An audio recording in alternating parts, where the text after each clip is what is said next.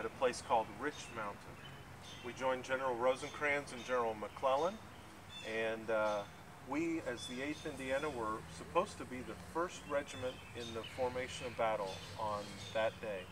It was a stormy day, it was raining, there was a lot of foliage around, a lot of trees, and the scout that was leading us got us lost. We ended up going down into a ravine, into a gorge, couldn't find our way out, we had to backtrack.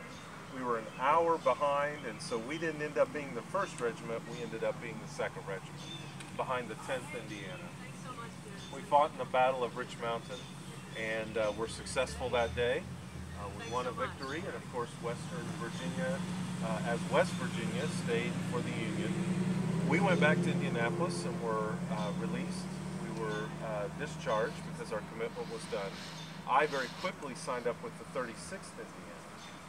General Bennett back there might have told you a little bit about the 36th Indiana. My biggest moment with the 36th was at Shiloh. And at Shiloh, on the first day, on Sunday, General Grant's troops were being pushed back to the river. If you imagine this road is the river and that's the other bank over there, his troops were being pushed back by the rebels, and they were being defeated so badly that they were afraid, and they were jumping into the river, they were trying to swim across, they were hiding along the bank. And General Buell and General Nelson, who were leading us up to join the battle, got so angry. They were waving their swords and their pistols and threatening these men with all kinds of things to get them back into line. But we crossed the river, and we were one of the few units from Buell's force to get into line that night, on Sunday night. As we lined up, we got into line, and General Grant, General Buell, General Nelson were all there. And at that moment, a cannonball came and killed one of General Grant's aides. We also lost one of our men in the 36th that night, but the fighting didn't last too long. And pretty soon it was over. We lay down on our weapons, and that night it stormed like crazy. General Grant wrote about this in his memoirs later, that night it was such a nasty night to be out in the field, to be laying in the mud, waiting for the fighting the next day. But we did. We fought the next day at Shiloh, and of course we won. It was a victory. But after it was over, I was as sick as a dog. Like many soldiers, I got very, very sick, and they sent me home.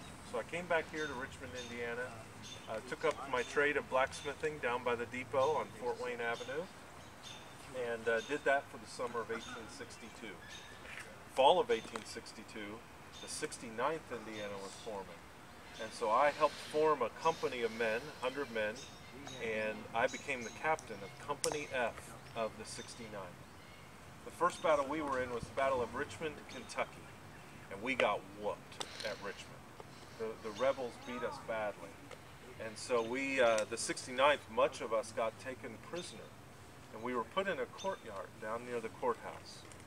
As they were guarding us there at the courthouse, they brought up our supply train, our wagons full of our provisions. And right there in front of us, those dirty, mangy rebels ate our food. All our good bacon and everything else, they just ate it right in front of us as we watched. I think they were taunting us. But 3 days later, we were paroled. So I went back to Indianapolis, got rearmed, refitted, reorganized, and they sent us off to support General Grant in his attack on Vicksburg. There's a lot of stories to tell about Vicksburg. The 69th was involved in many of the battles related to Vicksburg and played an important role in many of them. But the one I like the most is Arkansas Post.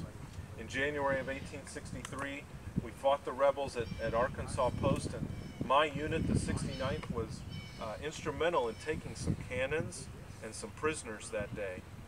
And in fact, the Union forces that day took 3 rebel generals prisoner. One of them was General Churchill, the guy who had beat us in Richmond.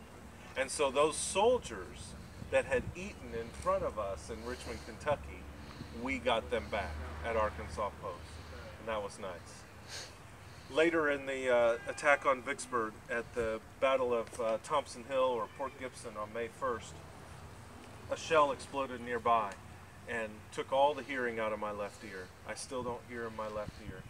It also killed one of my men and wounded my second lieutenant. It was the closest I came to being killed in the war.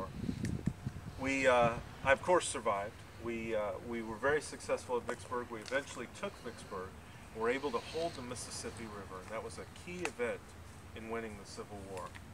I fought till the end of the war, and in fact the very last day, the day Robert E. Lee was signing the surrender in Virginia, I was storming a Confederate encampment in Fort Blakely near Mobile. That day, bayonets drawn, we charged the rebels, and my colonel was wounded. He went down. I was the senior captain, so I went to check on him, and I really thought he wasn't going to make it. I took the papers, the official papers of the regiment off of him. I took charge of the regiment and led the regiment through that battle and then through kind of the wind-up of the war at that point. In May, we were mustered out, and I returned here to become a blacksmith. Does anybody have any questions for me? Very good. Well, I think you know what? There was one more group, but there's not. So I think you guys are done. Unless is Mr. Harlan still up there? I see his pictures. There might be one more up there. Jim's up there, but Is he? Yeah, he is. There is. There's one more up there. So. Mom, can you go to the cruise?